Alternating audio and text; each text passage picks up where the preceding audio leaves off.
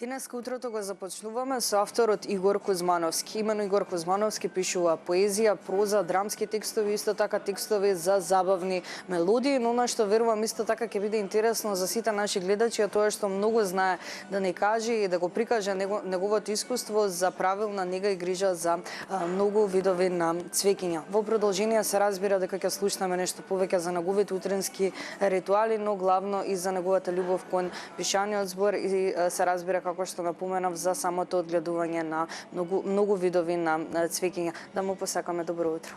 Добро утро до вам и до гледачите на ТВ Телна. Што за вас представува совршено утро и како вас ви поминува едно вообичаено утро?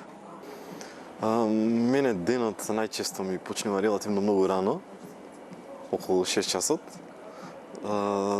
Совршено утро, па не знам, секој утро ми почнува работно, бидејќи работам со производство на цвеќе и најчесто ми е поврзано со работата утрото. Значи имате зафатени утро. Да. Дали вообичаено во ранете утрински часови можеби кафето го пиете на вашето работно место? Кафето го пиеме, да, на нашето работно место, но малку подоцна, околу 9 часот, така со колегите се собираме, правиме пауза, потоа продолжуваме со работа. Во 2013 година ја основавте вашата семејна фирма Super Garden Profi.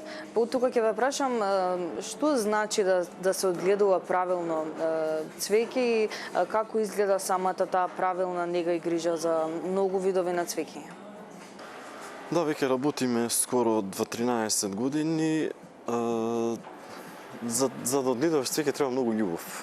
Пред се, производството на цвеќе не е воопшто лесен процес, е долг процес, бара многу внимание, грижа. Обично цвеќињата почнуваат со да се произведуваат зимно време, затоа треба и многу грејење, да се пази, да се внимава на температурата.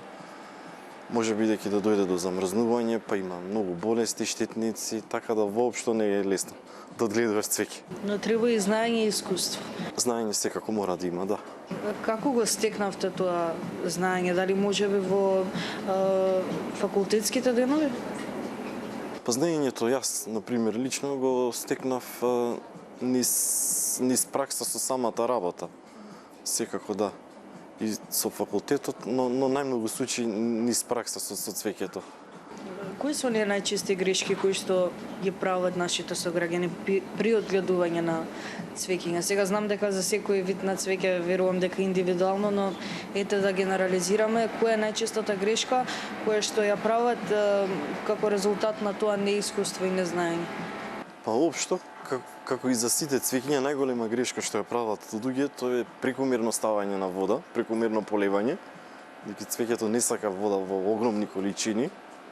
Мора да е умерено, некои цвеќиња има сакаат и вода еднаш неделно, овие што се сезонските, обично на пролет и лето сакаат секојдневно поливање, но не треба, буквално би кажал, да ги удавиме во вода.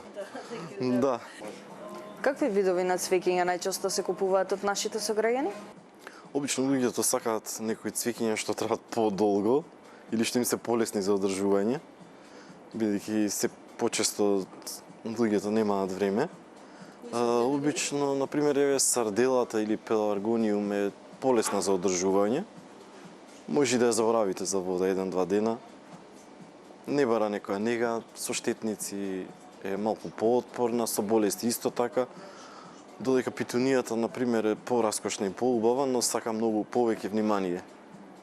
Љубовта кон пишаниот збор имено ја пројавивте од најрана училишна возраст. Потоа ќе ве прашам дали можеби се сеќавате на првото нешто кое што го напишавте? Имам една песна напишано за реката Вардар, ама тогаш бев многу мал и никако не можам да ја пронајдам каде имам. Основно беше тоа, да. Колку време ви е потребно за да напишете едно дело? Па нема некои правила. Најпрво делата ги составувам во мојата глава, во мојот ум, ги разработувам повеќе време. Некогаш, ако ја имам приказната во мене, може да биде многу брзо, за 10 дена, за 1 месец, а некогаш може да потреби година и 2. Пишувате проза, поезија, исто така драмски текстови. Колку дела имате досега напишано и која е главната инспирација, од каде црпите самата инспирација при самото пишување? Па инспирација секогаш наоѓам во љубовта, во секој момент од животот што го живееме. Колку дела имате напишано досега? Во последно време се пронајдов во пишување на драмски текстови и театарот за мене е најголема љубов во моментов. Сега ќе се поставува текстот Жигало во Битолскиот театар. Премиерата е на 1 март, веќе е распродадена, наредни термини се за 3 и 4 март. Имам повеќе дела напишано покрај Жигало.